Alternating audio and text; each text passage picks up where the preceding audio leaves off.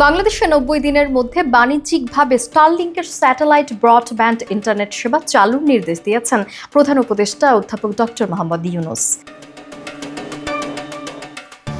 মঙ্গলবার প্রধান উপদেষ্টার কার্যালয় থেকে দেয়া এক সংবাদ বিজ্ঞপ্তিতে বলা হয়, পরীক্ষামূলক সম্প্রচারে স্টারলিংক তার বিদেশি স্যাটেলাইট ব্রডব্যান্ড গেটওয়ে ব্যবহার করলেও বাংলাদেশে বাণিজ্যিক সেবাদানের সময় এনজিএসও নীতিমালা মেনে স্থানীয় ব্রডব্যান্ড গেটওয়ে বা আইআইজি ব্যবহার করবে। আগামী ৯ এপ্রিল দেশে স্টারলিংকের পরীক্ষামূলক কার্যক্রম শুরু হবে বলে গত রোববার তথ্য দিয়েছিলেন বাংলাদেশ বিনিয়োগ উন্নয়ন কর্তৃপক্ষের বিডা নির্বাহী চেয়ারম্যান চৌধুরী আশিক মাহমুদ বিন হারুন। সেদিন ফরেন সার্ভিস একাডেমিতে এক সংবাদ সম্মেলনে তিনি বলেছিলেন, ৯ এপ্রিল আন্তর্জাতিক বিনিয়োগ সম্মেলনের উদ্বোধনী অনুষ্ঠানে ইন্টারকন্টিনেন্টাল হোটেল স্টারলিংকের কভারেজের আওতায় থাকবে।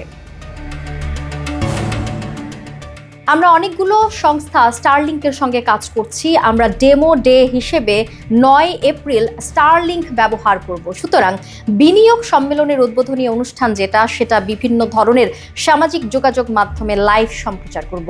দিনটি আমাদের জন্য টেস্ট ডে বা ডেমো ডে হবে।